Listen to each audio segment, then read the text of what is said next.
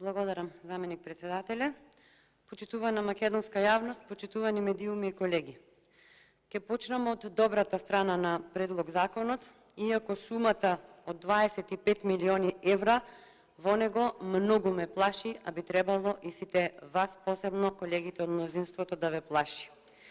Транзиција кон соларни фотоволтаици ќе значи заштита на животната средина и тоа е во ред. Од друга страна, оваа транзиција ќе значи и отпуштање од работа на 1000 луѓе од рек Осломеј и уште околу 3000 луѓе од рек Битола. За жал, факт е дека заради степенот на автоматизираност на процесите, со овој проект дел од металните вработени во рек Битола и рек Осломеј ќе мора да се отпуштаат. Тоа е болната реалност заради која во овие тешки кризни времиња без работа ќе ни останат голем број граѓани.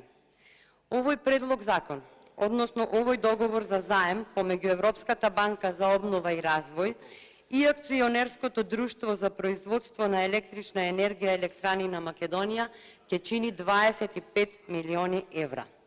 Господ нека ни биде напомош, затоа што при сопствени богатства, како што е јагленот, ние ќе носиме јагленот Косово. При постоечки проект за модернизација на котелот за висококалоричен јаглен, кого оваа влада го поништи, иако беше во завршна фаза, а ќе го кредитираше американска компанија, ЕСМ со државна гаранција ќе се зајми 25 милиони евра.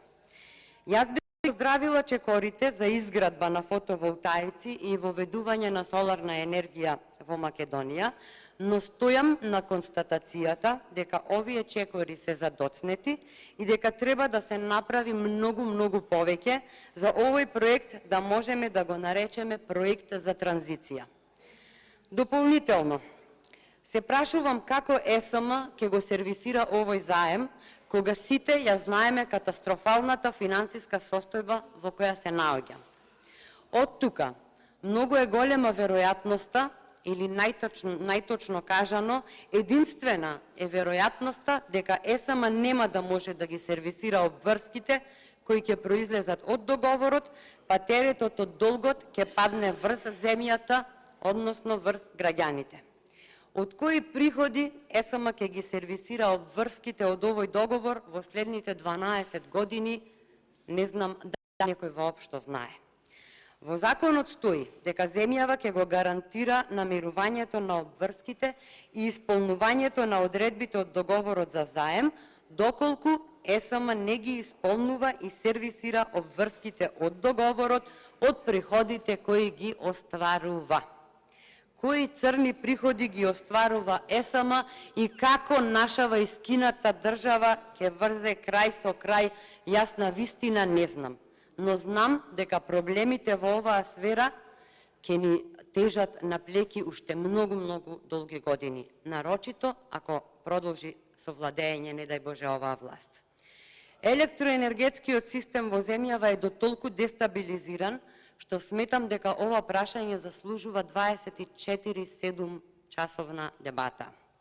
Дали владата има идеја и мерки за излез од состојбите во кои не втурна?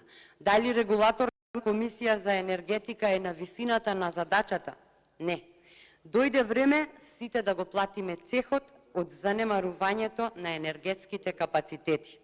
И ќе појаснам зошто го велам ова.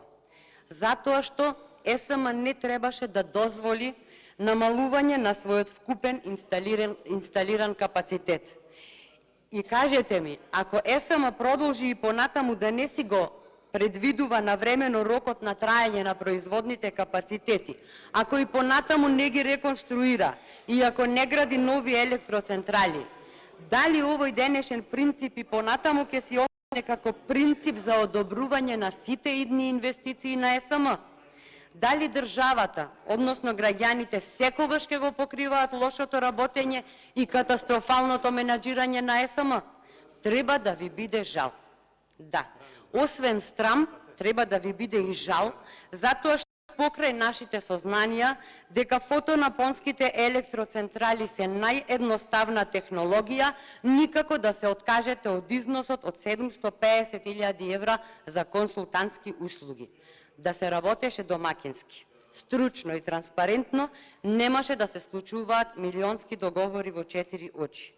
9 милиони евра за само еден месец не кошташе недомакинското, нестручното и неодговорното работење на Елем. Се што знаете и се што можете се задолжувања и одливи на сопствени средства, наместо нивно паметно вложување и одржливо инвестирање. Нели фотонапонската електрана Осломеј 1 ќе беше готова во јануари 2020 година? Нели ве загрижува што доколку фотонапонската електрана Осломеј 2 и фотонапонската електрана Битола не ја запазат динамиката, ќе плаќаме дополнителни средства и секој инсталиран мегават ќе чини повеќе од предвиденото? Во основни услови на заемот велите, заемот подлежи на варијабилна годишна каматна стапка. Не знам зошто, наместо фиксна каматна стапка, со што би се елиминирале сите несакани појави и предизвици кои ќе се појават на финансиските пазари, додека го исплатувате заемот, сте се одлучиле за варијабилна каматна стапка. За крај, звучи охрабрувачки делот 404, кој го обврзува заемопримачот во секој момент да управува, да ги одржува своите погони, објекти, опрема и друг имот во добра работна состојба и веднаш кога ќе биде потребно да ги изврши сите потребни поправки и реновирање на истите, а сето тоа во согласност со добрата деловна и финансиска практика. Некој сватил дека оваа власт мора законски или со договор да се обврзи за да ги редовно сервисира и да ги извршува своите обврски и да се одржуваат сите погони и објекти. Не знам дали сте слушнале воопшто за паметно вложување и одржливо инвестирање. Не знам дали воопшто познавате добра деловна и финансиска практика, но ве замолувам овој охрабрувачки дел, кој што го цитирав пред малку, да не остане само добро да звучи на хартија, туку конечно да започне и да се применува. Ви благодарам.